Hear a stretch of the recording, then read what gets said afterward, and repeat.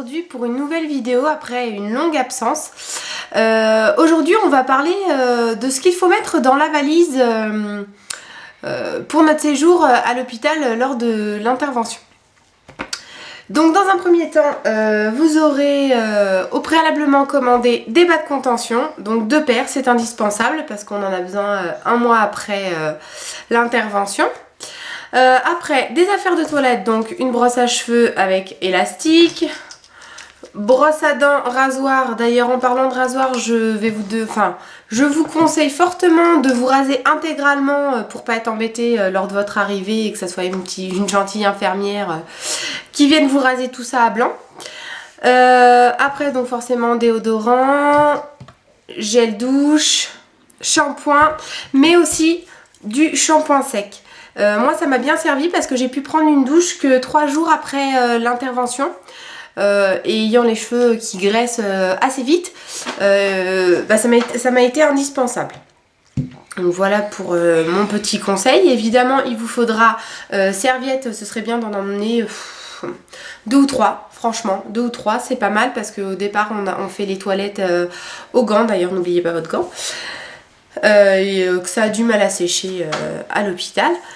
Après forcément chemise de nuit, c'est bien d'en avoir 2 ou vêtements amples, hein, c'est vous qui voyez, mais comme on est perfusé aux 2 bras, plus on a des petits électrodes sur la poitrine, et puis bon bah c'est surtout pour pas être trop serré au niveau des plaies du ventre, enfin voilà, quelque chose d'assez large. Chemise de nuit en général c'est pas mal, plus vous avez vos bas de contention, donc ça tient chaud, donc pas besoin forcément de pantalon. Voilà. Sous-vêtements, donc soutien-gorge pas forcément parce que forcément on ne va pas forcément en mettre, donc c'est pas indispensable, juste éventuellement pour la sortie. Mais par contre bien les bonnes grosses culottes de grand-mère, celles-là elles sont top pour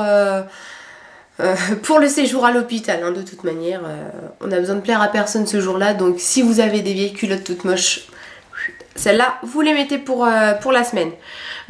Robe de chambre ou long gilet aussi c'est pas mal parce que quand vous allez pouvoir vous lever, vous aurez envie de faire un tour dans le couloir ou dans l'hôpital, enfin peu importe. Donc soit robe de chambre ou gilet. Pareil, je vous conseille soit des crocs ou des pantoufles. Moi j'avais les crocs à l'hôpital, c'est pas mal parce que du coup, enfin pour les enfiler c'est très bien, pas besoin de se pencher, de mettre quoi que ce soit.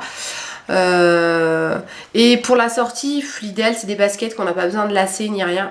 Ou des ballerines ou quelque chose qu'on peut mettre relativement facilement sans forcément se baisser parce qu'au départ c'est pas forcément évident. Et puis évidemment des vêtements pour la sortie, donc pensez soit au jogging, enfin pas au jean super serré, enfin quelque chose toujours d'assez large, hein, parce que on a encore le ventre un petit peu gonflé, puis on veut surtout pas toucher au plaid, donc voilà, quelque chose d'assez large. N'oubliez pas vos lunettes.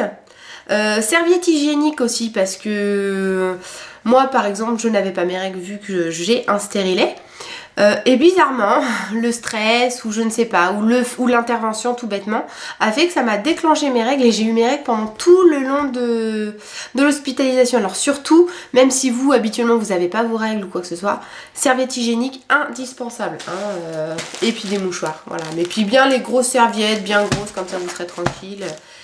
Et mouchoirs au cas où. Après, qu'est-ce que j'ai d'autre? Oui, un sac plastique éventuellement pour mettre votre linge sale. Un brumisateur éventuellement. Ça, je pense que ça dépend aussi des saisons. Et surtout, n'oubliez pas vos traitements.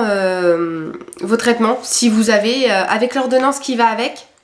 Comme ça, même si vous n'avez pas vos traitements, vous emmenez l'ordonnance. Et il me semble qu'à l'hôpital, on vous le donne grâce à votre ordonnance, pardon. Après, pour vous occuper, parce que bon, c'est vrai que je dirais bien 2 premiers jours, on est un peu dans le coltard, on dort pas mal. Mais bon, après, on reprend vite du poil de la bête. Donc pour vous occuper, moi je vous conseille d'emmener soit votre téléphone smartphone ou la tablette, parce qu'en général, ils ont la Wi-Fi. Donc c'est pas mal. Enfin, moi je sais que je l'ai emmené et j'ai pu rester en contact avec le monde extérieur. On n'oublie pas évidemment les chargeurs qui vont avec les téléphones et tablettes ou ordinateurs portables, hein, ce que vous voulez. Emmener soit magazines, livres, des mots croisés, enfin ce que vous voulez pour vous divertir parce que c'est vrai que le temps est long, même si à la télé à un moment donné ça peut paraître long. Emmenez aussi votre doudou. Pour ma part, j'ai encore, ok, je sais, j'ai 28 ans, mais j'ai encore un doudou, donc je ne l'ai certainement pas oublié, donc je l'ai emmené. Et emmenez aussi une boîte de chocolat. Vous allez me dire, une boîte de chocolat alors qu'on vient de se faire opérer? Ouais, c'est pas pour vous, mais ce sera pour les gentilles petites infirmières qui auront été super sympas pendant tout le long de votre séjour. Parce que sincèrement, moi quand je suis sortie, j'ai appelé vite fait à la rescousse une copine, achète-moi vite une boîte de chocolat pour les infirmières, parce qu'elles ont été vraiment super mignonnes avec moi. Sinon, n'oubliez pas aussi tout ce qui est paperasse. Et ouais, paperasse, on en a encore à ce moment-là. Donc, on n'oublie pas pièce d'identité, carte de mutuelle, carte vitale, le chéquier pour régler, évidemment.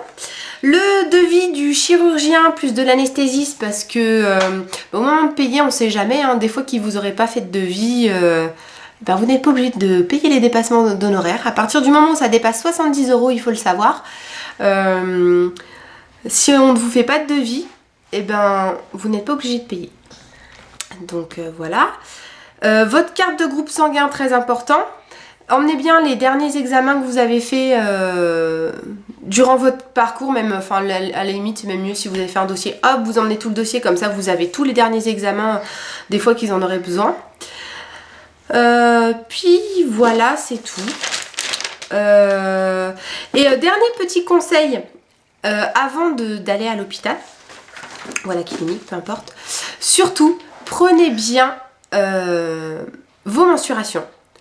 Pesez-vous, même c'est bien de le faire même avant la semaine yaourt, parce qu'en général, si on suit bien la semaine yaourt, on perd facilement entre 3 et 4 kilos. Si vraiment vous la faites bien, si vous la faites pas bien, vous n'en perdrez que 1 et encore. Enfin voilà, on le sait tout de suite les personnes qui ne le font pas. Donc pesez-vous bien, mensuration, et surtout prenez des photos de face, de profil, habillés, en sous-vêtements aussi, c'est pas mal. Parce qu'on se rend beaucoup plus compte et puis surtout après vous serez super content de pouvoir faire des petits montages photos au fil du temps pour voir votre évolution. Voilà. Et écoutez, je suis en train de regarder autour de moi voir si j'ai rien oublié de vous présenter, mais non. Donc si ça peut vous aider, ne rien oublier, parce que c'est vrai que dans ces moments-là on ne pense pas forcément à tout. Voilà, et bien je vous dis à bientôt pour une prochaine vidéo. Au revoir.